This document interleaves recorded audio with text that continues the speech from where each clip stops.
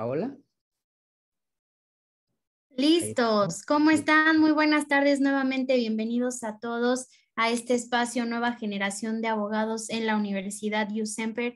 Hoy tenemos nuevamente a nuestro invitado, Cristian Peña Castro, juez estatal especializado en oralidad mercantil. Es primera ocasión que vamos a tener parte 2 de un tema tan interesante que lo solicitó la audiencia, por lo tanto, titulado La tutela judicial efectiva dentro del sistema de justicia adversarial, civil, familiar y mercantil. Excelente tema para empezar el día de hoy, 25 de mayo, ya siendo las 7:02. Y bueno, les reitero los temas de la sesión. Como primer punto, medidas precautorias, perdón. Segundo punto, estructuras y perfiles judiciales. Tercer punto, gastos y costas. Bien, les recuerdo las dinámicas de nuestros webinars. Es que pueden participar ya sea en el chat para todos los que nos están viendo actualmente en Facebook o bien los que se conectaron directamente de Zoom. Bueno, también acá ya vemos muchos saludos de Arnold Espínola, demás participantes, y tiene una duración de 1 hora como máximo. Vamos a estar respondiendo en conjunto con el juez las preguntas que tengan. Y bueno, recuerden que cada miércoles tenemos estos espacios de temas relevantes en materia jurídica y los invitamos a que nos sigan en las redes sociales de USemper. Ahora sí, sin más premura, le dejo su espacio, mi estimado juez Cristian, y estoy aquí cualquier cosa que necesite. Bienvenidos a todos nuevamente. Muchas gracias, Paola. Muchas gracias a todos los que están también conectados y presentes, que es una gran oportunidad para poder interactuar de estos temas tan interesantes. Decía Paola, y se los agradezco muchísimo a la universidad que nos haya dado también la posibilidad de dar esta segunda parte. Muy posiblemente vamos a tener que dar otras tantas más partes porque los temas no se acaban y no se terminan. Y pues yo qué más quisiera, de alguna manera también, poder dar por lo menos 2 o 3 temas y realmente no nos ha alcanzado el tiempo.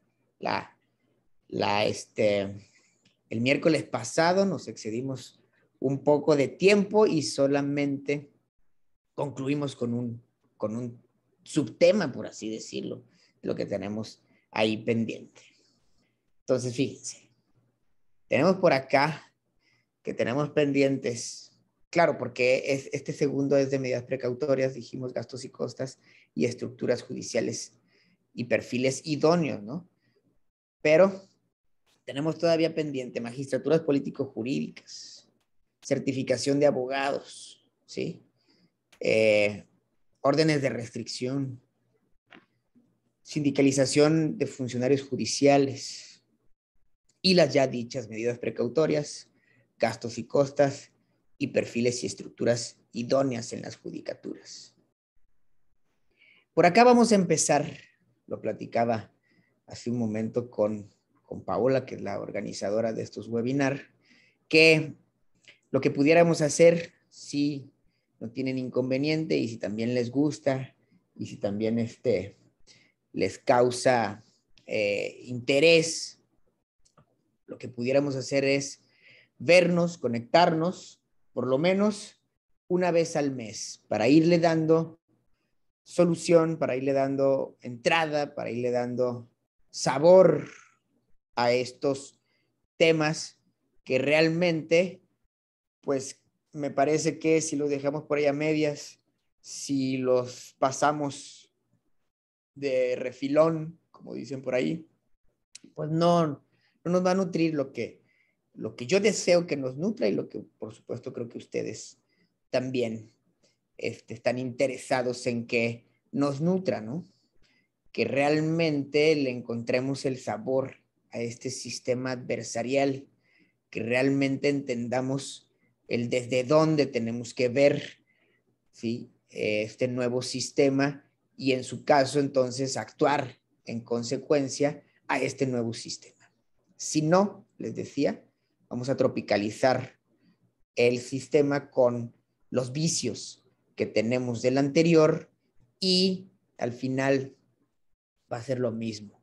En su caso, lo vamos a tronar, lo vamos a colapsar y por supuesto, y lo más importante me parece que lo vamos a corromper y eso creo que es el punto central que tenemos que evitar en este nuevo sistema. Entonces, ¿qué dicen? ¿Les gustaría? Ajá, sí, 1, 2, tal vez. Escríbanos, sí, por favor, escríbanos.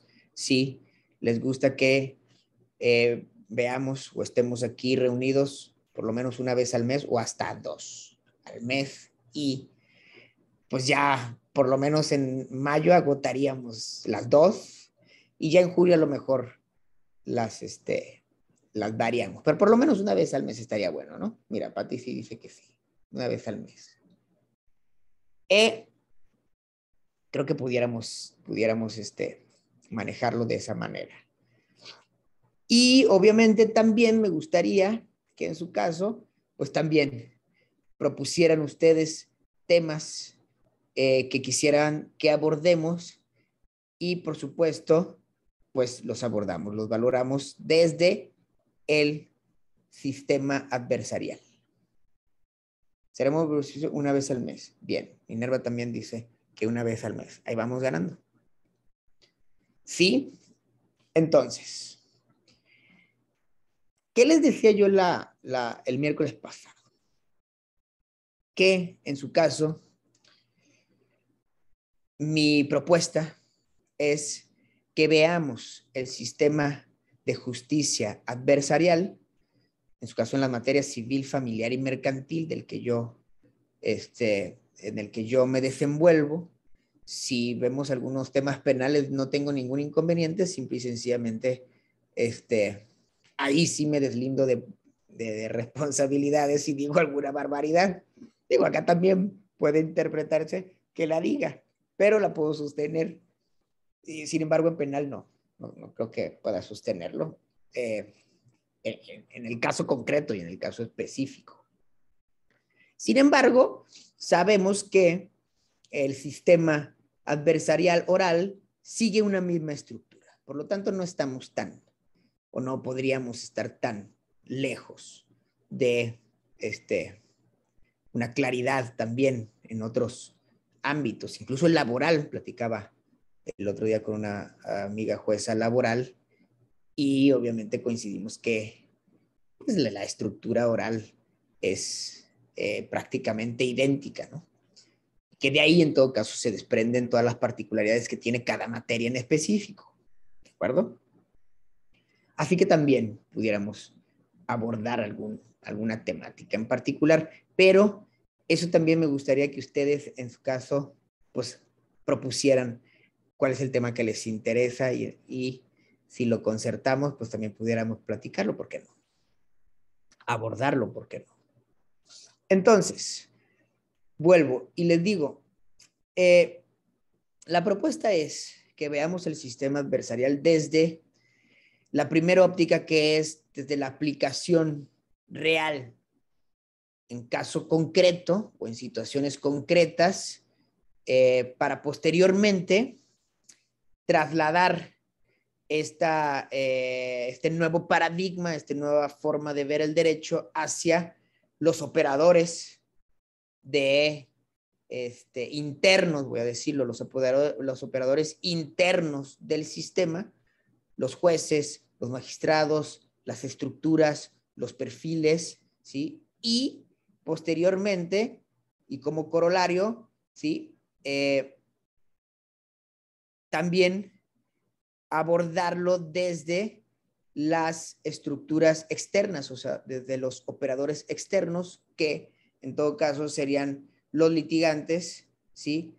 Y por consiguiente, yo ahí voy a hacerles una propuesta a los colegios de abogados, en particular, que serían los actores que más estaríamos interesados en que estas tres estructuras que les comento sean abordadas bajo esta lupa del sistema adversarial. Por lo tanto, siguiendo esta lógica, entonces, y ya visto desde la óptica del sistema adversarial el emplazamiento, que es el pilar fundamental de todo proceso, ¿no? Que es desde donde se puede ampliar, ¿no? Se puede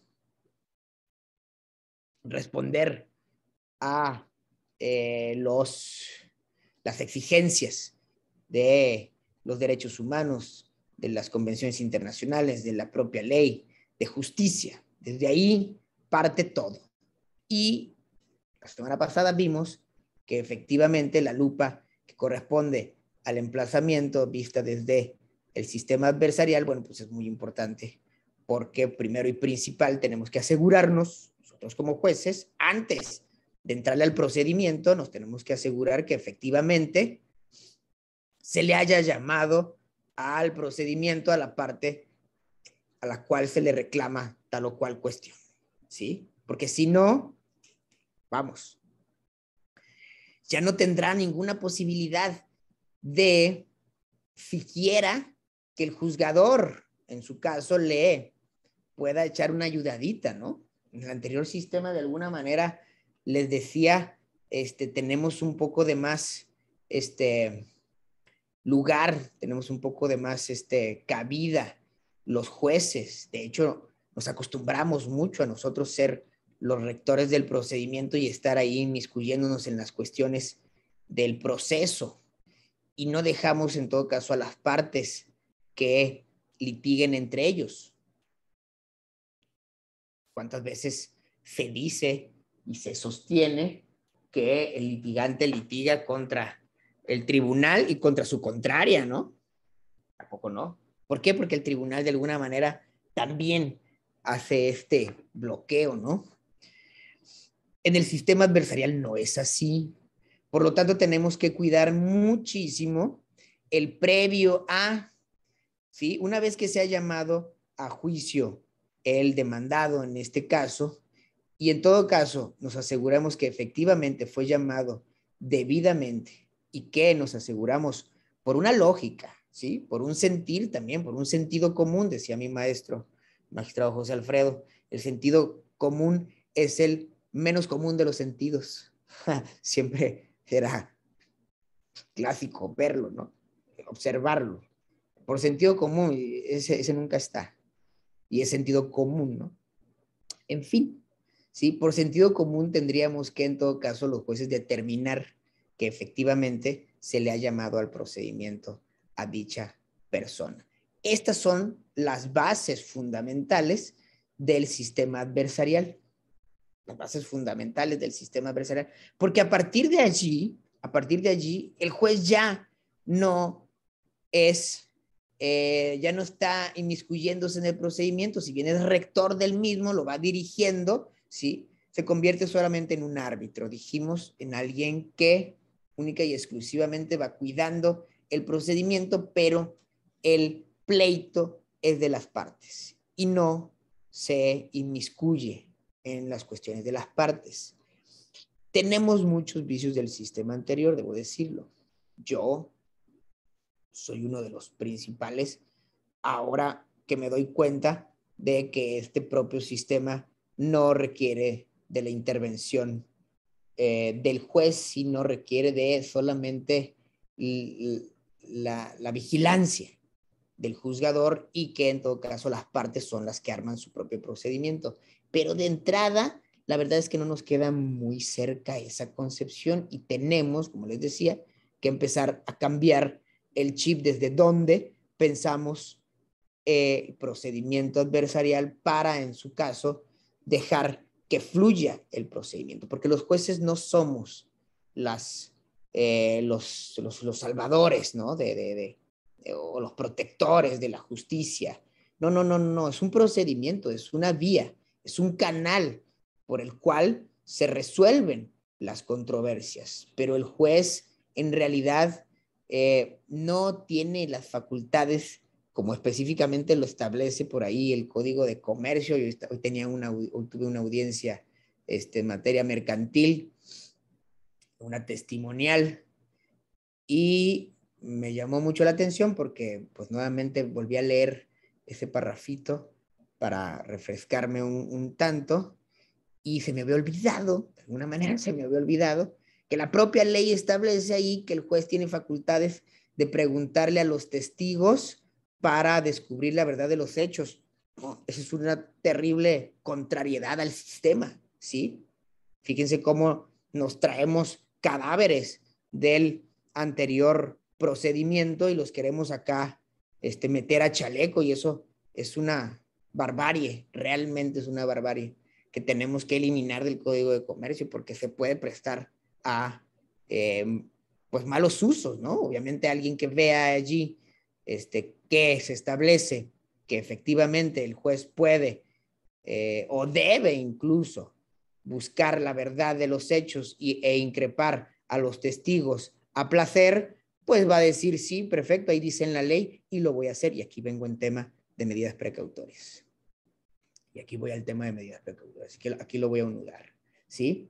En ese sentido, entonces, tenemos pues que debemos de, en su caso, les decía, controlar nuestros impulsos de justicia y, en su caso, ser simples espectadores del procedimiento, de el conflicto de las partes, de árbitros. Nosotros somos los árbitros. Nosotros no jugamos, nosotros no tiramos el penal, nosotros no metemos el gol, aunque a veces pudiéramos beneficiar, ¿no? Como hasta en el fútbol, ¿no? Pero bueno, eso sería supuestamente no intencionado, ¿no? Entonces, previo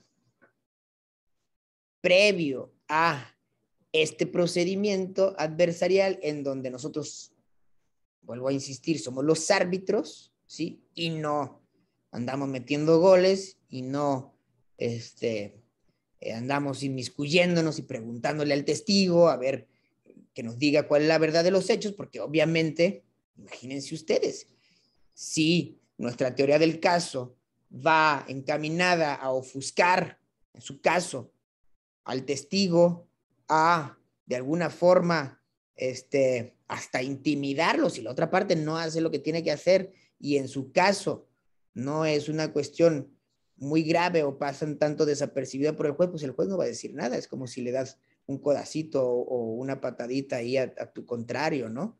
En el fútbol, digo, estoy haciendo una analogía con el fútbol. Bueno, no es una falta, pero sí intimidas, sí golpeas, sí empujas un poco, ¿no? Entonces, si nosotros tenemos nuestra teoría del caso basada en alguno de estos elementos, pues no va a venir el juez a decir y a destruirme la teoría del caso por su gran convicción de conocer la verdad de los hechos, por Dios. ¿Se entiende hasta aquí? ¿Cómo suena aberrante esa parte? Además de que nos metemos en un lío de parcialidad. ¿Sí? ¿Se entiende hasta acá? Me ponen ahí sí en el chat o no y lo referenciamos. Nada más quiero que quede claro porque esto es súper importante. Súper importante. Daria, excelente. Saludos, Daria. Sí, mire, bien, ¿ok? Todo claro, sí. Si me dice, si no entienden algo, ahí me lo ponen, ¿va? Yo estoy viendo el chat. Entonces, decíamos, la parte fundamental entonces de la actuación del juez para proteger, ¿sí? Este principio de contrariedad, porque si obviamente si no está la parte, pues ¿qué le vamos a proteger, no? De su principio de contrariedad, no, tenemos nosotros que proteger precisamente, vamos, que haya juego. A la analogía, ¿no? O sea, se va a presentar un equipo y el otro no, pues ¿de qué nos va a servir? O sea, ¿dónde está el espectáculo? ¿Sí? Tienen que presentar los dos equipos y los dos equipos tienen que en todo caso, ¿sí? Hacer su lidia. Por lo tanto, entonces esto es fundamental. Pero también es fundamental que no desprotejamos al otro equipo. ¿A aquí voy con las medidas precautorias. Hoy nuestros temas van a ser las medidas precautorias, ¿eh? No creo que veamos otro, la verdad. O sea, me lo imagino, no lo pudimos imaginar. La vez pasada no fue así, no fue el caso. Me gusta entrar al fondo con los temas y vamos a ver un tema en específico y si acordamos que efectivamente nos veamos por lo menos una vez cada mes, entonces vamos a ir desarrollando cada tema en específico, pero nos vamos a ir hasta la médula, hasta el fondo de lo que tenemos que ver y resolver. ¿Vamos? Entonces,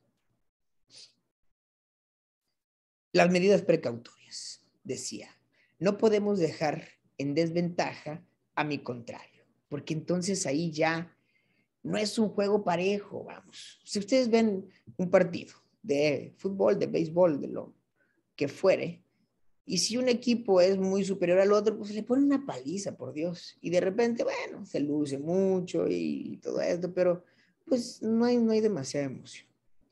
En cambio, cuando tú tienes fuerzas, ¿sí?, muy bien niveladas, es un gran partido. Es un juego interesante, ¿sí? Y cada uno de ellos se esfuerza por hacer sus mejores jugadas a efecto de lograr su objetivo, que es en todo caso en el fútbol meter el gol, ¿sí?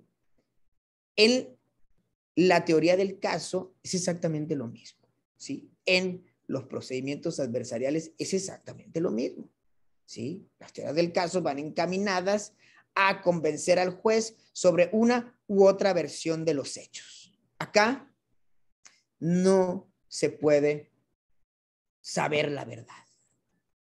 La verdad, en todo caso, se funda. Tú fundas tu propia verdad, ¿sí? Podemos saber la verdad. ¿Qué es la verdad, no? Uno dice una cosa y otro dice otra. Bueno, ¿cuál es el que me convence más? ¿Cuál es el que tiene mejores argumentos?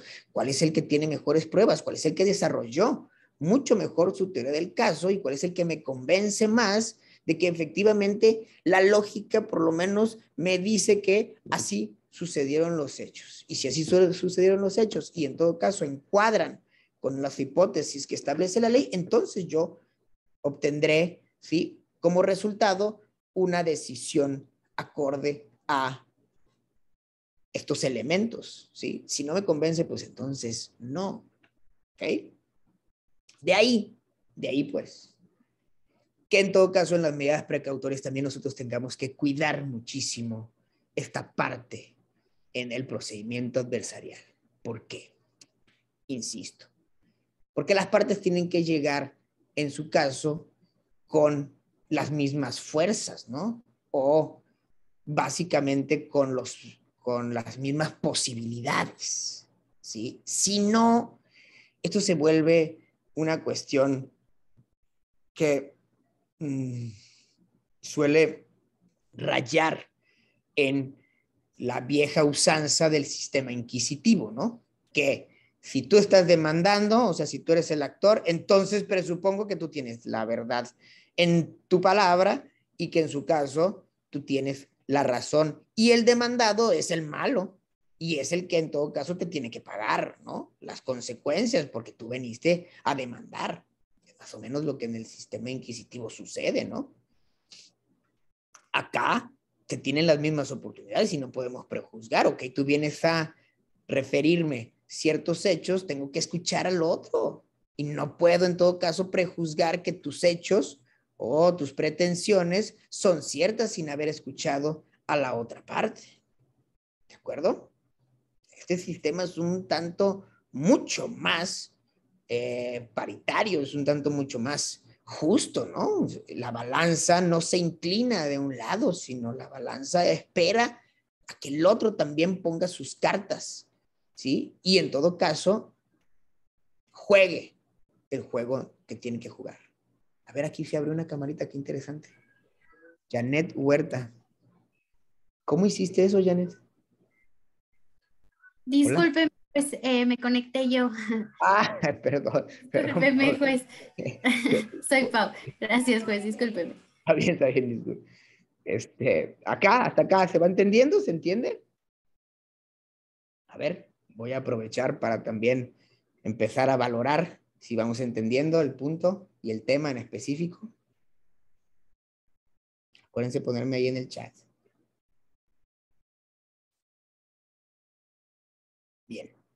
Perfecto. Acuérdense que si no lo entienden, me lo dicen, ¿sí? Entonces, las medidas precautorias, ¿qué es lo que hacen? Bueno, es, de alguna forma, prejuzgan una situación. Una medida precautoria, de alguna forma, prejuzga una situación. Bien, Rocío. Prejuzga una situación, ¿sí? No se le llama, obviamente, al demandado. Digo, hay unas que en las cuales el demandado está presente y entonces ya puede, en su caso, defenderse y el juzgador, bueno, dice, pues bueno, tú te defenderás, ya estás en el campo, ¿sí? Sin embargo, generalmente las medidas precautorias son sin audiencia del demandado y en base a ciertos hechos que la ley presume, ¿no? Como justificativos para que se te pueda, en su caso, molestar en tu persona, en tus bienes, en tus derechos, sin que haya una previa audiencia, ¿sí? Se entiende que la molestia es temporal o es precautoria, no es definitiva. ¿Estamos? Pero esa molestia, pues claro que merma una situación de paridad. A ver, vamos a volver al ejemplo del fútbol. No sé por qué traigo tan polarizado el fútbol, no lo he visto en muchísimo tiempo, tal vez por eso. Pero traigo muy polarizado el fútbol. Pero supongan ustedes, ¿sí? Que previo al partido, pues de entrada, ¿sí? No te permite el árbitro que juegues con tu delantero extraño ni con tu portero, ¿no? En vez de ser 11 jugadores, pues te quita 2. Te quita el portero, que es el chicho de tu equipo, y te quita tu goleador, ¿no? O sea, el que defiende y el que anota los goles en la torre. O sea, ¿qué vas a hacer? De entrada, ya te dijeron, mira, por reglamento, estos dos jugadores no pueden entrar al campo. Uy, en la torre. Ya de entrada voy en situación de desventaja ante el otro. ¿Estamos? Y eso básicamente es lo que hace una medida precautoria, ¿sí? Por ello, esa medida precautoria tiene que ser o tiene que estar plenamente justificada en el caso en concreto, porque si no, tú afectarías en demasía los intereses de la otra persona. Y ya en su caso, entrarías al ring ya teniendo a tu adversario medio noqueado, ¿no? Ahora haciendo referencia al box, ¿sí? Ya entrarías ya con una ventaja al respecto. Y no es el caso de este sistema, de estos sistemas adversariales. Para ello, entonces, voy a ponerles un ejemplo muy práctico y un ejemplo que en mi tribunal así se hace o así lo establezco y les voy a argumentar el porqué de esta situación. Entonces, vamos a ir a ver, hasta acá se entiende ya para entrar al ejemplo en concreto y se entiende cuál es el marco de referencia en el que vamos a ingresar para ver las medidas precautorias. ¿Estamos? Sí dice Xochitl. Sí dice Neftalí. Bien. Sí dice María Guadalupe Godínez. Sale. Ah, Lupita. Muy bien. Saludos, Lupita. Vamos a ver el código de comercio. Le voy a poner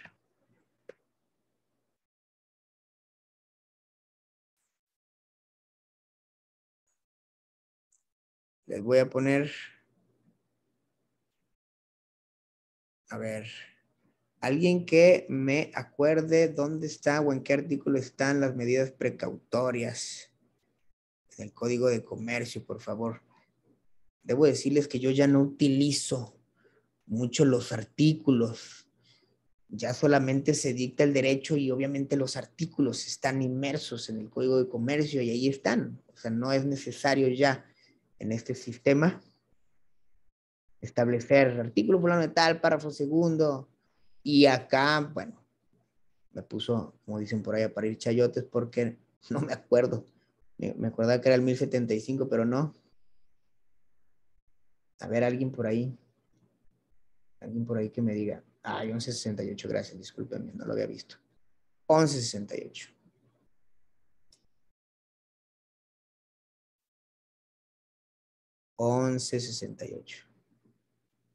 Acá está. Voy a compartir la pantalla.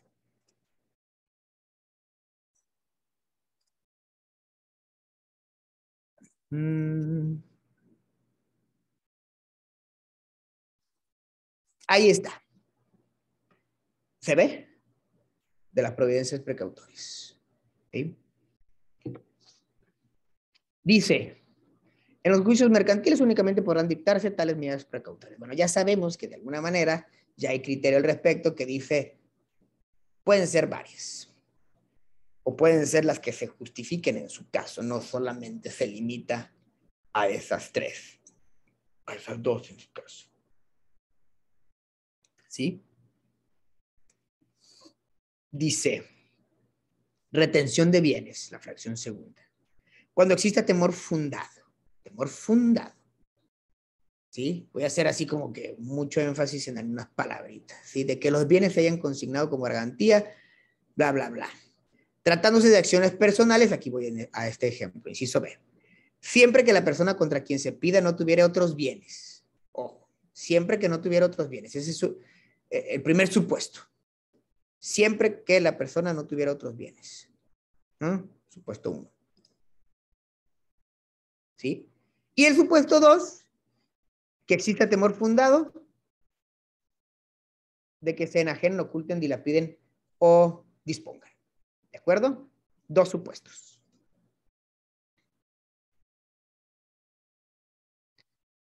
Dice, si los bienes consisten en dinero en efectivo, ¿sí? Se presumirá el riesgo de disponerlos, ¿sí? O que sean dilapidados u ocultados. Ojo aquí, ¿no? Ojo aquí ya que de entrada el propio código, acuérdense también que es de antaño este código, ¿no? Sí, de 1800 de repente. Pero de entrada ya está prejuzgando. Oye, que si yo tengo dinero efectivo, se presume en su caso que lo voy a dilapidar. Ah, caramba. ¿Sí? Bien. Después se establece, en su caso, en el 1075, que el juez deberá decretar de plano la retención de estos bienes, ¿sí? Cuando se cumplan ciertos requisitos. Que se pruebe la existencia de un crédito líquido. De acuerdo. Estamos de acuerdo. ¿Sí? Que se exprese el valor de las prestaciones. No hay mucho problema por eso. Que se manifieste bajo protesta de decir verdad. Ah, caramba. Las razones por las cuales se tenga temor fundado de que los bienes sean consignados como garantía y etcétera. ¿Sí? Cuarta. Esta es la que nos interesa para el caso en específico. Que tratándose de acciones personales, ¿por qué lo digo? Porque el ejemplo es sobre los bancos. Ahorita lo vamos a ver. Manifieste bajo protesta de decir verdad que el deudor no tiene otros bienes conocidos. Primer supuesto. No tiene otros bienes conocidos, dijimos. ¿Ah? Que aquellos en los que se ha de practicar la diligencia. Que se manifieste bajo protesta de decir verdad. Esto nos va a dar la clave. ¿Ok? ¿Sí? Asimismo, deberá expresarse las razones del temor fundado que el deudor oculte, dilapide, y ya saben ustedes qué tanto nos dice. Y en su caso, que se garanticen los daños y perjuicios que se puedan ocasionar con esta medida precautoria. ¿Ok? El juez prudentemente, con base bla, bla, bla, determina. De acuerdo. Hasta aquí, todo bien. El punto es que esa famosa garantía, la Corte estableció que los bancos o las instituciones de crédito están eximidas de presentar dicha garantía. ¿Por qué? La Corte sostuvo que, yo no estoy de acuerdo, por supuesto, la Corte sostuvo que los bancos tienen una presunción de que son instituciones que tienen la solvencia económica suficiente, y de ahí donde yo también puedo advertir que hay una contrariedad al respecto, que tienen la solvencia suficiente como para cumplir con sus obligaciones, y en su caso, pues los exime de exhibir la garantía correspondiente. Para lo cual, fíjense ustedes entonces que los únicos requisitos en su caso para otorgar de plano, dice el 1175, para otorgar de plano una medida precautoria de retención de bienes, es que hay un crédito líquido y exigible a su favor. Bien, contrato de apertura de crédito es un crédito líquido y exigible. Que exprese el valor de las prestaciones, me deben 25 millones de pesos, pongamos. O 3 millones de pesos, o 2 millones de pesos, lo que fuere, ¿sí? Tercer requisito. Bueno, tratándose de acciones personales. Aquí nos brincamos al cuarto, ¿sí? Tratándose de acciones personales, que es el caso, ¿sí? Manifieste, bajo protesta de decir verdad, que el deudor no tiene otros bienes. Nada más que lo manifieste bajo protesta de decir verdad, ¿eh? Nada más que lo manifieste. ¿Sí? Y en su caso, también. Nada más que exprese las razones por las que existe temor fundado de que el deudor oculte, dilapide o enajene los bienes correspondientes. ¿Sí? Y la otra fracción la eliminamos porque ya el banco ya no tiene en todo caso la obligación de garantizar los daños y perjuicios, nada más expresa su jurisprudencia al respecto, donde se le exime de de ese requisito, y en su caso, pues se tendría que, o se presume, o se tendría que determinar que de plano le tendríamos que otorgar la medida correspondiente, ¿no? Y ojo que en este supuesto la retención de bienes también significa que le puedes en su caso congelar las cuentas del banco, que le puedes embargar las cuentas que este particular o esta empresa tenga, ¿sí? Para garantizarte tu adeudo. Y acá se presenta la disyuntiva, a mí se me presentó la disyuntiva. Y me pregunté, bueno, ¿en verdad debo yo cumplir con lo que establece el Código de Comercio a rajatabla, ¿sí? O a la letra? La semana pasada yo les decía también, o les hacía referencia a eso. Y me puse y me cuestioné, ¿en verdad tengo que yo cumplir a rajatabla la ley? La ley, tal cual, como está dictada, ¿es una ley justa? ¿Hay en esa ley un cierto criterio de justicia, de equidad, ¿sí? Que me pueda llevar, en su caso, a las finalidades esenciales de la justicia, del derecho, que es la paz social, la armonía, el crecimiento económico, en su caso del derecho mercantil, el crecimiento económico del país, de la ciudad, del municipio, del estado, ¿sí? De las personas. O sea, eso me va a llevar a mí, ¿sí? Como juzgador, al dictar esa determinación, me va a llevar a mí a cumplir con estas directrices y con estos principios que, en principio, valga la expresión, me obligan a cuidar y a respetar el artículo 1 de la Constitución. Y pues la respuesta que me di a mí mismo es que no, es que no. ¿Por qué? Principalmente tuve que recurrir de alguna forma a las circunstancias específicas de la situación actual que nos aqueja, ¿sí? Y que en su caso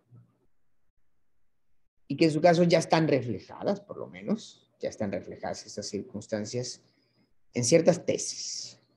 Pero es la cuestión de la pandemia, ¿no? Una pandemia devastadora. Una pandemia que paralizó al mundo, no solo al país, que paralizó al mundo por prácticamente 2 años. En una pandemia en donde todo el mundo estaba recluido en sus casas y todo el mundo estaba muy asustado, muy alterado. Y eso es un decir, todo el mundo estaba, porque algunos hasta ya no estuvieron, ¿no? Junto a nosotros, o sea, mucha gente también padeció y se murió y falleció. Pero eso también ocurrió en cuanto al sistema social, el sistema económico. Eso también murieron muchas empresas, murieron muchos comerciantes, murió también la economía de muchos lugares que dependían, en su caso, del turismo, ¿sí? Que dependían, en su caso, de los comerciantes que dependían de salir a vender sus productos, simple y sencillamente las empresas que ya no tuvieron clientes, los restaurantes, los bares, en su caso, fueron los primeros a los cuales les dieron la oportunidad de abrir fronteras, ¿no? Por así decirlo, ¿sí? Pero imaginen cuántas, tantas cosas más nos sucedieron en ese lapso de tiempo. Entonces, me puse a pensar en una cuestión de orden público, ¿no? ¿Qué es orden público? Y esta jurisprudencia que les voy a presentar acá es nuevecita. Pero tengo otra por allá. Pero esta sí está calientita. También dice básicamente lo mismo. Pero aprovecho que estoy aquí compartiendo esta pantalla.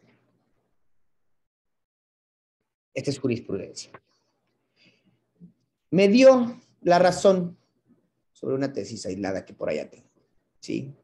Y que establece, ojo, orden público es un concepto jurídico indeterminado que debe ser precisado y valorado dependiendo de las circunstancias específicas de cada caso en concreto. ¿Por qué? Porque, como yo les decía, los jueces no podemos ser ajenos a las circunstancias específicas del momento histórico en el que se vive. No lo podemos ser aún y cuando la ley establezca que hay que hacer lo que hay que hacer. Entonces, allí marcan lo que hay que hacer. ¿Seguimos? Si no se escucha, me avisan, ¿eh?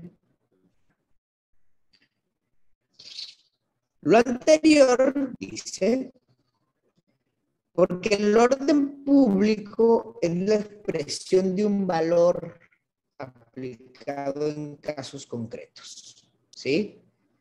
Determinando una mayor intervención o límite de derechos y libertades individuales o particulares en razón de proteger intereses de carácter colectivo. Tú, a ver, chat, espérame, no se escucha. Elvira, ¿no se escucha o ya se escucha? A ver, díganme ahí antes de continuar si se escucha. Está intermitente. Pero sí, bueno. Sí, ya se escucha. Bien, bien. Gracias. Excelente. Entonces, yo les decía que se trata de proteger intereses colectivos.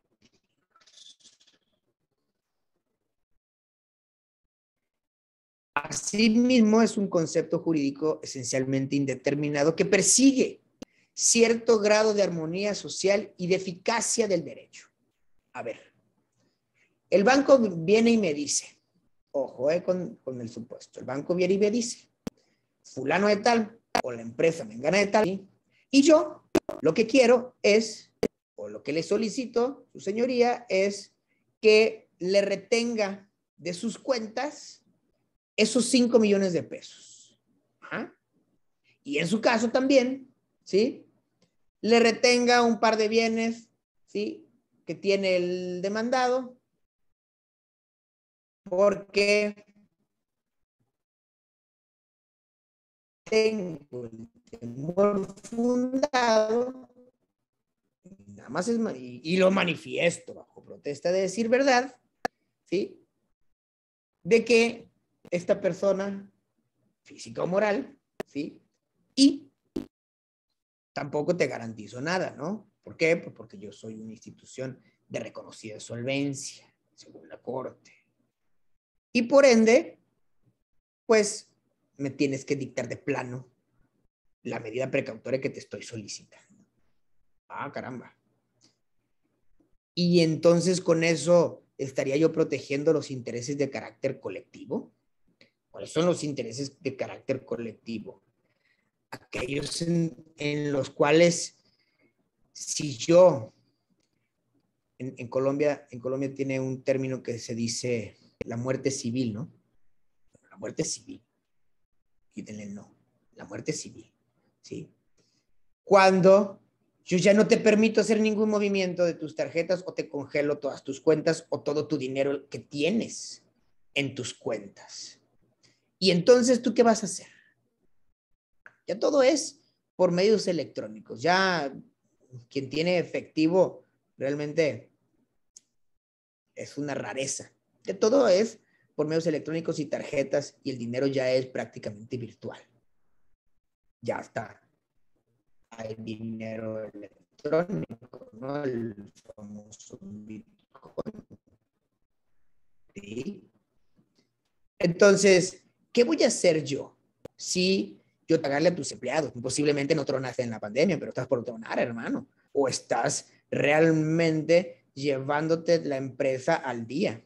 Entonces, no, te voy a dejar sin pagarle a tus empleados, te voy a dejar sin pagarle a tus proveedores, te voy a dejar sin pagarle a, o sin insumos para tu gasolina, para tus materias primas, o en todo caso para tus rentas, tus licencias, ¿sí? Incluso hasta para que tú vivas, ¿sí? Para que si en su caso tu esposa o tu esposo tienen alguna enfermedad o algo, pues lo voy a dejar sin posibilidades de su medicamento, etcétera, etcétera, etcétera. O sea, empiécense a imaginar el daño colateral que puede hacer una medida cautelar con esas características.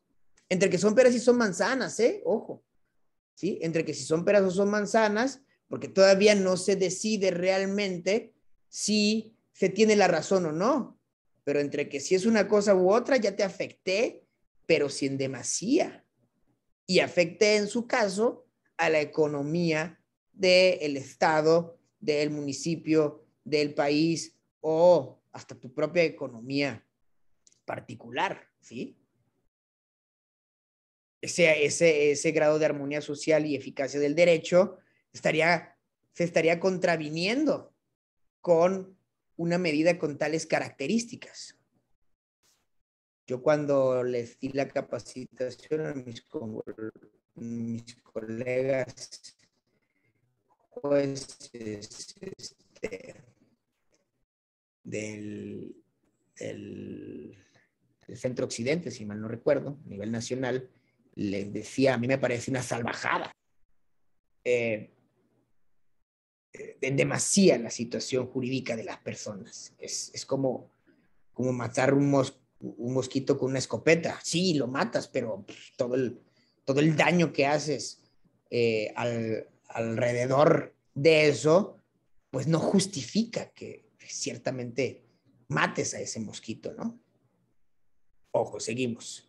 Que se actualice en cada caso concreto. Estamos hablando del caso en concreto, ¿sí? Estoy yo diciendo y argumentando el porqué de esta situación en particular, que tiene que ver con una situación que es un hecho notorio, que es la pandemia.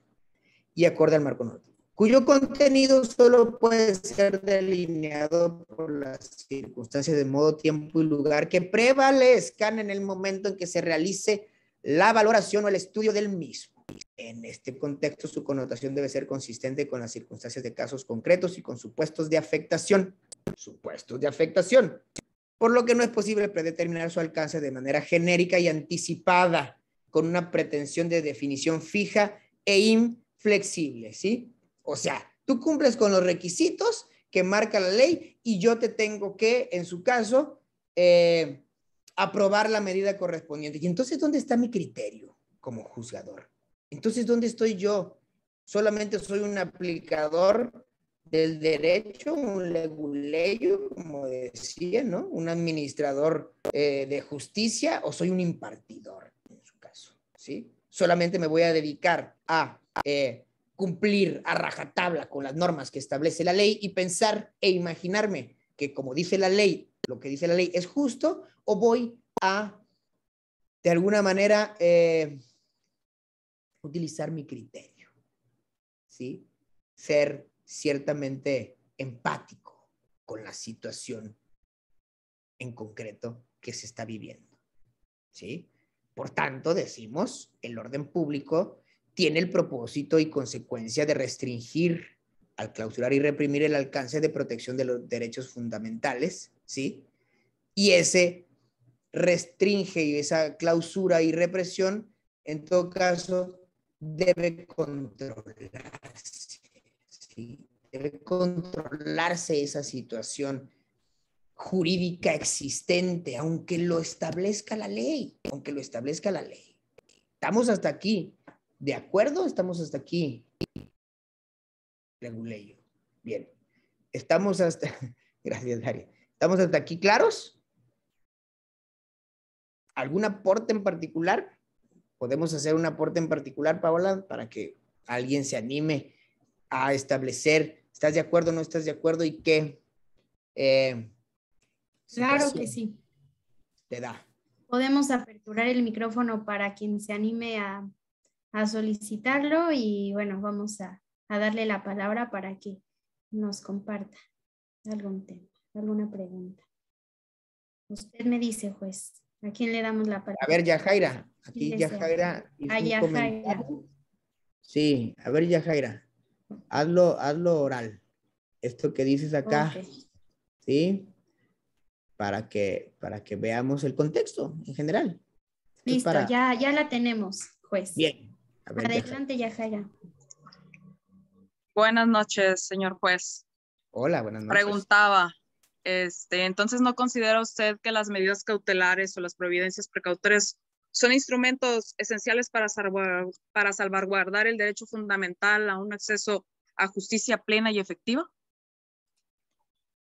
Bueno, sí, eso es lo que pusiste ahí, pero ¿por qué lo consideras? O sea, ¿por qué consideras que no es, o que lo que yo estoy diciendo no es eso?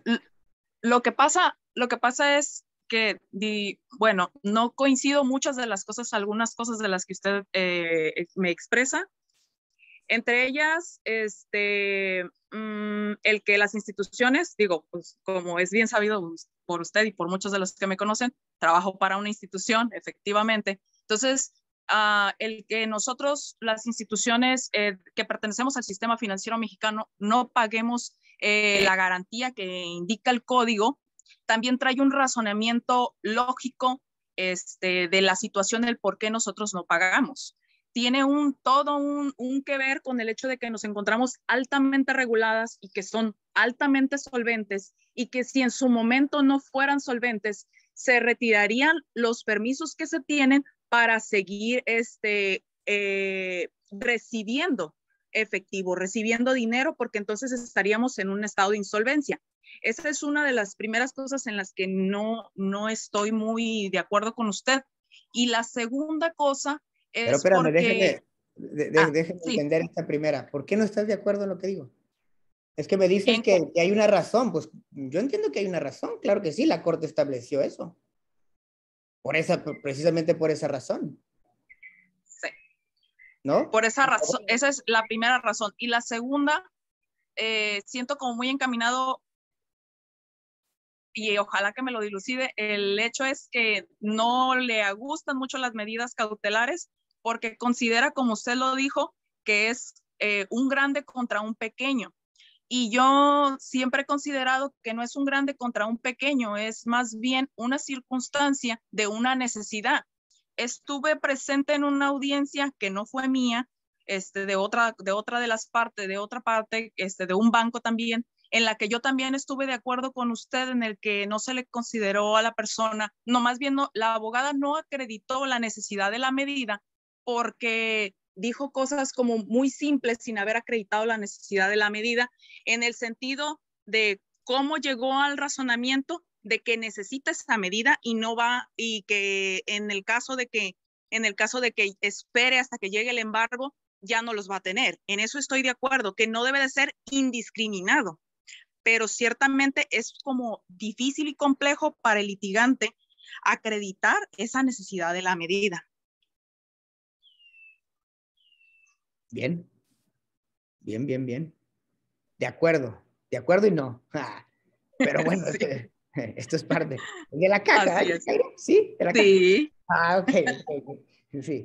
Bien, sí. Estoy totalmente de acuerdo en el razonamiento que dijo la Corte. Yo no estoy en contra de eso. Claro, tienen reconocida solvencia. El tema es que esa reconocida solvencia que se establece, pues los exime de prestar esa garantía, y esa garantía es fundamental porque al final del día, si a ti se te condena, en su caso, a ti como institución crediticia, a pagar los daños y perjuicios por ese daño, pues échale cuentas de cuánto te vas a tardar en tramitar esa garantía, porque de entrada no la exhibiste, ¿sí? Y estoy de acuerdo que estén súper reguladas estas cuestiones, pero vamos, una cosa es una cosa y otra cosa es otra cosa. Pues estamos diciendo que el único requisito en su caso para establecer esas medidas de acuerdo a lo que dice la ley es manifestar bajo protesta de decir verdad. Bueno, ahora voy a la otra, tú mismo lo dijiste, o sea, justifícame por qué, pero no nada más me digas, te manifiesto bajo protesta de decir verdad, y tan como no eximo garantía, entonces dale en la torre a aquel, ¿sí? Ahora, el contratante fuerte y el contratante débil realmente sí es una realidad, y hasta la Corte lo ha dicho, y en eso sí estoy muy, pero muy de acuerdo, ¿sí? Hasta la Corte lo ha dicho. Al final del día, el contratante débil va a las instituciones crediticias a firmar única y exclusivamente un contrato de adhesión. ¿Por qué un contrato de adhesión? Porque todo el bagaje, en su caso, toda la estructura financiera que tiene la institución de crédito lo respalda para única y exclusivamente que el cliente vaya y firme, y no tiene posibilidad alguna, ¿sí?, de rebatir ninguna cláusula al respecto. Simple y sencillamente, si no está de acuerdo en algo, pues no lo firmes, chulo, y que te vaya bien, ¿verdad? ¿Sí? Y entonces, obviamente, pues, ¿qué posibilidades tiene en su caso este contratante débil ante un monstruo como una institución de crédito? Acá es donde nosotros tenemos que empezar a pensar un poco en la cuestión de derecho humano, ¿no? En el principio de pro persona, en un principio de igualdad y de equidad, y de una situación que no sea ventajosa.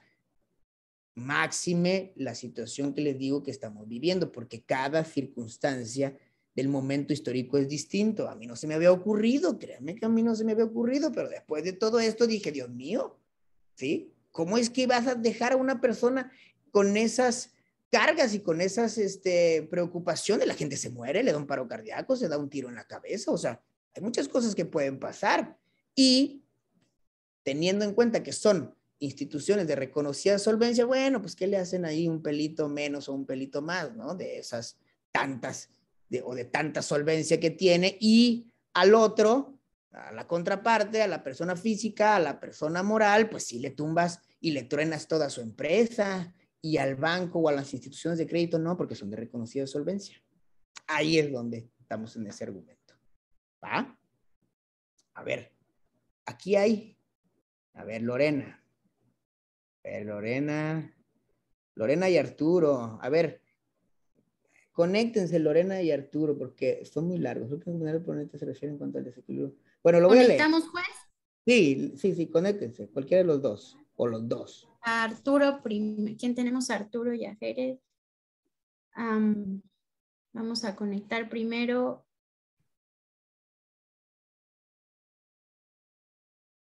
A Manuel Maglioni tenemos la primera. Sí, adelante. Sí, para Listo, hacerlo ya justamente. tiene el acceso Manuel Maglioni para que active su micrófono y esto se ponga Manuel. más. Vamos, adelante si puede activar su micrófono, si no avísenos y aperturamos otro micrófono.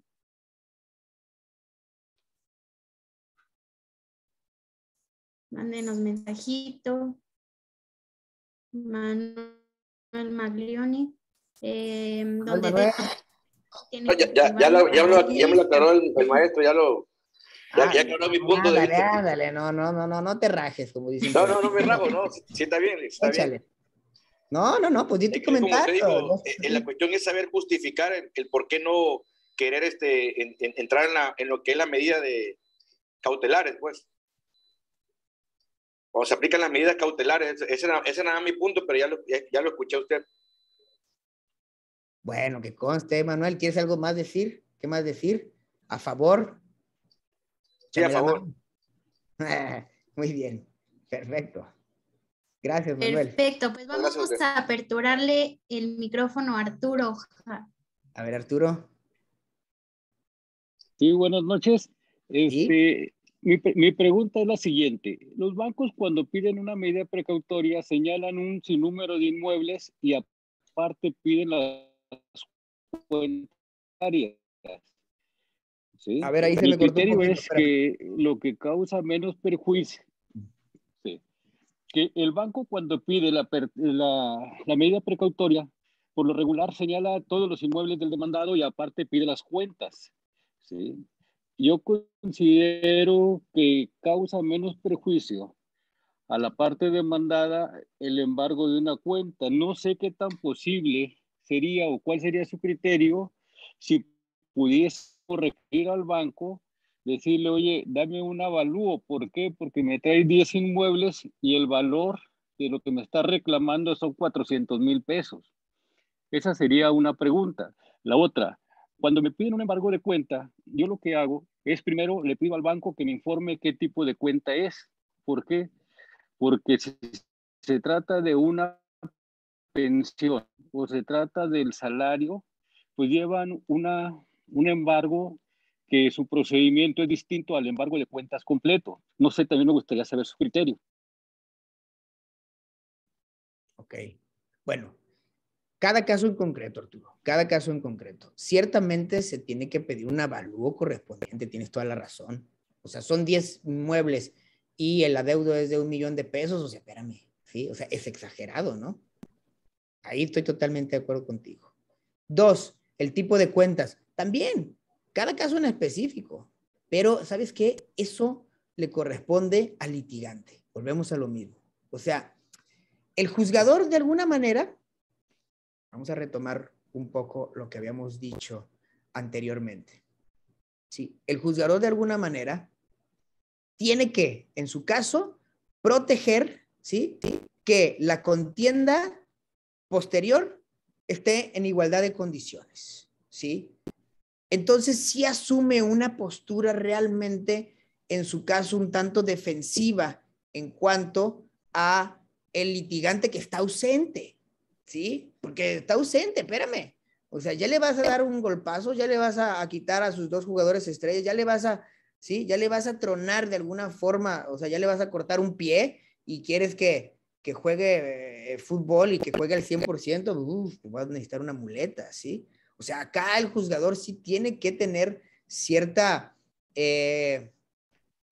preponderancia a cuidar muy bien que no se lastime el derecho del contrario sin previa justificación al respecto. Y decía Yajaira, ¿es un tanto difícil? Sí, de repente sí puede ser un tanto difícil, ojo, ¿sí? Pero por eso es una medida precautoria, porque no estás no está tu colitigante enfrente tuyo. Ah, qué chicho, ¿sí? Yo las llevo de ganar y entonces le meto un sablazo, ¿no? Y ya cuando viene al procedimiento, pues ya está medio noqueado, ¿sí? Bueno, tráetelo al procedimiento, ¿sí? Que venga, que conteste, que se defienda, que contraríe tus argumentos y entonces sí, presenta si quieres la medida precautoria y él que se defienda y yo ya ni me meto.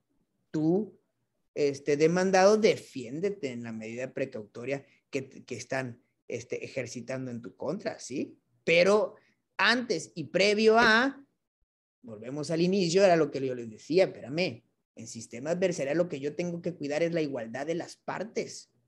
Y en ese sentido, sí tengo que ser un tanto rigurista. Esa es mi opinión, Esa es mi percepción de las cosas, ojo. Acá yo veo a Lorena que chateó, fíjense. Creo que el comentario del ponente se refiere en cuanto al desequilibrio ponderando la capacidad económica del solicitante, ciertamente. Pues si cuenta con la capacidad económica, ¿por qué eximirlo de la garantía? En primer punto estoy totalmente de acuerdo. En caso de no resultar procedente, la causa principal, ¿sí? Estamos acá ponderando una situación en la cual, volvemos a lo mismo, es un contratante fuerte contra un contratante débil. Y además el contratante que es fuerte, ¿sí? Le va a zampar un golpazo al otro débil. Bueno, pues entonces no vamos a tener tiro, como dice Julio César Chávez, ¿no? O sea, no va a haber qué hacer más con eso. ¿Se entiende? ¿Estamos hasta acá? ¿Arturo? Muchas gracias. Se cortó, discúlpame. ¿Sí? A ver. Pues tenemos aquí una mano levantada de David Germán May González. Le damos la oportunidad. Ya estamos casi en tiempo de terminar el webinar por la hora, pero si usted gusta y no tiene problema, podríamos terminar con David Germán. Y bueno. Por supuesto, por supuesto. Arriba, pero no ha preguntado. Le damos la palabra. A ver, ahora David. sí ya puede su micrófono. Listo. Adelante, David. Hola, buenas noches, señor juez. ¿Me escucha? Sí, David, te escucho. Adelante. ¿Qué tal, señor juez? Mire, pues yo tuve la oportunidad de trabajar en el Juzgado de Distrito en materia mercantil federal. En muchas ocasiones proyecté desechamientos por cuestiones que está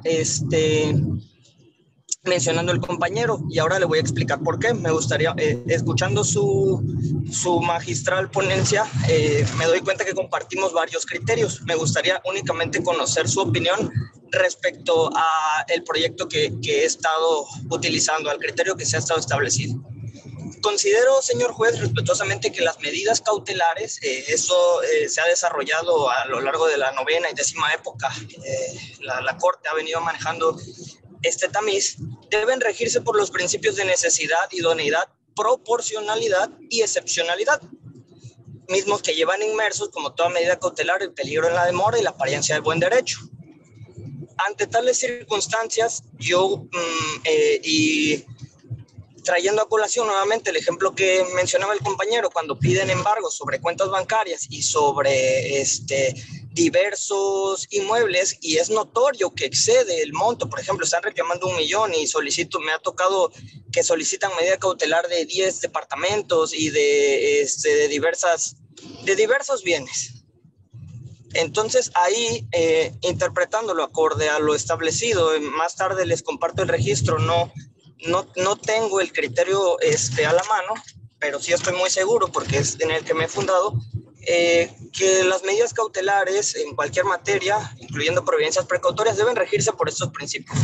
Y desde ahí hay una violación clara, concederlo implicaría una violación clara del principio de proporcionalidad de las medidas cautelares, ya que sería una medida cautelar desproporcional. Y bueno, además de otras cuestiones que aunado a lo anterior, me han llevado a la convicción de hacer esos desechamientos, como lo puede ser también el temor fundado, que si bien el artículo 1175, 1168, no recuerdo en este momento, es un poco escueto al decirnos qué debemos entender por temor fundado, lo cierto es que de igual manera, analizado bajo un escrutinio, teniendo en cuenta los principios que le acabo de mencionar, también es necesario que ese temor sea fundado, como lo dice la calificativa, y se acrediten las razones, no con razones subjetivas, sino que realmente esté ahí, rija ese peligro procesal, ese peligro en la demora. Y eso se acredita a través de circunstancias objetivas, como, no lo sé, en un carro me ha tocado aceptar retener vehículos porque viene la parte solicitante y me dice, mire, aquí sí existe el peligro de que este bien sea enajenado porque lo están vendiendo, porque dice que se vende el carro y bajo protesta de decir verdad le manifiesto. A eso yo le llamo la justificación del peligro procesal, que se traduce, como el Código de Comercio lo llama, el temor fundado. Nada más, señor juez, escuchándole me gustaría conocer su opinión al respecto. ¿Sobre qué, David? Sobre la proporcionalidad en las medidas cautelares. O sea, ¿es válido realizar el desechamiento de oficio manifestando que es desproporcional por solicitarla por varios bienes, o considera usted que debe emplearse alguna otra metodología? Súper válido, desde mi criterio, súper válido, David. Pero ¿qué hacemos acá? Y esto es lo hermoso y lo bello de este nuevo sistema, ¿sí? Acá yo te digo, ven, justifica en audiencia, plantea tus argumentos, tráete tus pruebas necesarias, y si efectivamente justificas, ¿sí?, la necesidad de la medida, la proporción, la proporcionalidad que estableces, entonces se te concede, o se te concede parcialmente, ¿sí? Pero ven, establécelo en audiencia, haz tus argumentos, presenta tus pruebas, convénceme de que efectivamente la medida que estás solicitando en su caso es proporcional, en su caso es acorde a las circunstancias, y por supuesto que lo hacemos, decía por ahí ya Jaira, o sea, le tocó que creo que concedió una medida precautoria parcial, ¿sí? Pero ven a la audiencia y preséntate a argumentar lo que tienes que argumentar. Y si es adecuado y si es justificado, ¿por qué no? Pero si es desproporcionado, pues por supuesto que lo tenemos que negar. Esa sería mi conclusión. ¿De acuerdo? ¿Estamos? No sé. Excelente, señor. Comparto totalmente su criterio y solamente quería consultárselo a modo de conocer también cómo trabajan en otras partes. Le agradezco mucho por contestar la pregunta. A ti, David, por animarte. Es parte de lo que tenemos que hacer ya. Empezar también a soltarnos y a oralizar nuestras pretensiones a efecto de que también vayamos conociendo e integrándonos al sistema adversarial que ya es el futuro, vamos, que ya nos llegó, ya lo tenemos en los talones, y no nos damos por enterados, lo peor del caso. ¿Sale? Bien, fíjense acá que dice Xochitl también. Me parece que se abusa del término temor fundado, porque simplemente se hace mención que se tiene temor fundado sin que se aporte prueba fehaciente al respecto y se afecta sustancialmente al demandado. Estamos totalmente de acuerdo. Creo yo que se abusa de esta famosa frase sacramental de manifiesto bajo protesta de decir verdad. Uf, eso ya se considera una verdad, ¿no? Y luego que el temor fundado, ¿dónde está tu temor fundado, por Dios, no? O sea, ¿en dónde puedes tú sostener que efectivamente tienes ese temor fundado, ¿no? Y que en su caso, ¿sí?, el demandado está dilapidando o está enajenando sus bienes, por Dios. Y en todo caso que los está enajenando, si ese fuera el caso, para no pagarte, ¿sí? Porque tal vez los está enajenando, volvemos a lo mismo, para que subsista en su caso su empresa. ¿Por qué en todo caso no hacemos una medida precautoria, a ver, de una intervención a caja, ¿no?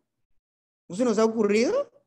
Que de repente podemos decir, bueno, si tiene un negocio o si tiene una empresa, Bueno, pues la dejamos vivir, la dejamos que subsista y de las ganancias, en su caso, le quitamos un porcentaje, ahí me va pagando. ¿No les parecería de alguna forma un poco más sensato para no darle en la torre, no darle un martillazo al otro y que quede muerto y entonces ya, qué fácil, ya recuperé mi dinero? Sí, pero al recuperar tu dinero, ¿sabes qué hiciste? Bueno, le tronaste la empresa al otro y esa empresa dependía de otra y de esas otras empresas dependían cientos de personas y de esas cientos de personas dependían otras tantas familias y otros tantos consumidores y así nos vamos con la cadenita. ¿Se entiende? ¿Cuál es el punto? ¿Estamos? Entonces, ¿qué proponen? ¿Seguimos el próximo miércoles, que ya es primero, ahorita me estoy dando cuenta, o lo dejamos para unas 2, 3 semanas más para que vayamos masticando los temas? Seguimos el próximo miércoles, dice Daria. A ver, cuéntenme qué podemos hacer. Y en su caso también, para compartirles estas jurisprudencias, también los registros correspondientes a las jurisprudencias, pero vamos también aquí a pedirle a Paola que nos abra algún correo o algo donde yo pueda ingresar, en todo caso, las jurisprudencias que les expongo para que también las conozcan, las vean, las estudien y en su caso, pues las valoren y las podamos, como ahora, debatir un poco, ¿no? Y ver cuál es el criterio, cómo crees tú que lo piensas, por qué lo piensas de esta manera o por qué lo piensas de esta otra. Acuérdense que estamos ya en una era de los derechos humanos y lo que tenemos que empezar a focalizar y a cambiarnos el chip es desde dónde pensamos el derecho, ¿sí? ¿Por qué? Porque si, no necesariamente si en la ley se establece es que lo debo hacer o es que es justo lo que tengo que hacer. Tengo que valorar en su caso si es que lo aplico o no lo aplico. Para eso están los controles ex oficio de regularidad, ¿sí? Para eso están. Yo que digo, bueno, sí lo dice en la ley, pero no lo aplico, no es aplicable. Al caso en concreto, decía David, es desproporcionado. Por lo tanto, no necesariamente, o sea, no estoy obligado a hacerlo. Tengo que fundarlo y motivarlo. Pero por eso no hay problema, lo podemos fundar y lo podemos motivar y en su caso, entonces, desechar la medida correspondiente o autorizarla si es que se justifica la necesidad de la medida. Pero todo va a ser en base a una argumentación lógica y a una teoría del caso que nos lleve hacia el objetivo que queremos, que tenemos en la mente, que queremos alcanzar. ¿Estamos de acuerdo? ¿Sí? Próximo miércoles, dicen por ahí, muy claro, próximo miércoles. Sí, a ver, Paola, ¿podemos el próximo miércoles? Y ya le damos, ya le apuntalamos con el siguiente mes y ahí a lo mejor ya hasta nos podemos pasar de ese hasta el otro mes, pero ¿podemos hacerlo así? Claro, si la audiencia lo pide, vamos a continuar con el tema. De hecho, pues hemos mantenido a todos los conectados, quiere decir que está muy interesante, incluso podemos ya dar la participación, como ya lo vieron, que puedan entrar en voz. Entonces, bueno, por ahorita ya estamos pues por terminarlo. Y los quiero invitar a que nos sigan de igual manera y les van a seguir llegando las invitaciones con el juez Cristian Peña Castro, con algunas invitaciones también en materia penal, civil, familiar. Incluso tenemos ya un curso presencial en las instalaciones de la Universidad USEMPER. Les recuerdo, el juez Cristian Peña, que está con nosotros el día de hoy, imparte clases y materias dentro de la maestría en Derecho Procesal Civil y Mercantil y la especialidad en Proceso Oral Civil y Mercantil. Vamos a iniciar en próximo agosto clases. Bueno, para los que gusten y deseen inscribirse, tenemos activos incluso alumnos, como estoy viendo acá, Arnold Espínola es parte de nuestros alumnos que identificamos, entre otros. Entonces, pues, muchas gracias por estar conectados. Si ustedes desean algún tema en particular, como bien lo decía el juez Cristian, háganoslo saber. ya sea que nos escriban al correo que ahorita les voy a escribir, por redes sociales, tienen nuestros canales. Acá se los mando.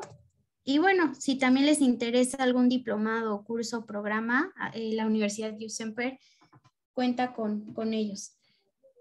Bueno, juez, pues yo daría por terminada esta sesión. Le agradezco mucho. Todos me están compartiendo aquí que muchas gracias en Facebook. Muy interesante. Gracias.